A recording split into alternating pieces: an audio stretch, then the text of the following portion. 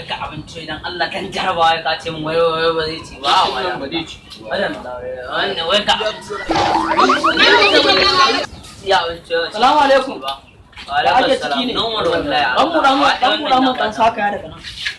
ya wannan abincin ko kun sa ya gaba kun ci wannan abincin ba zai ci ba zai ci ba wannan ni ma kai ce ga mu wai na zo na tarar da abinci ai kaji kuna yan Najeriya ku ce wai abinci banza ba ne bari ku gani dama ni ma nan tsoron cin abincin ne saboda kaga yanzu duniyar nan ta lalace kai ba na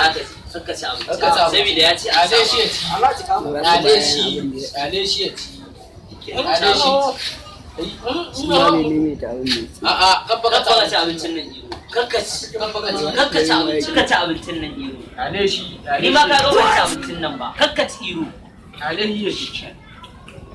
ci abinci a ci abinci ba abinda ka ga iro kai ya ci abincin nan ale shi ya ci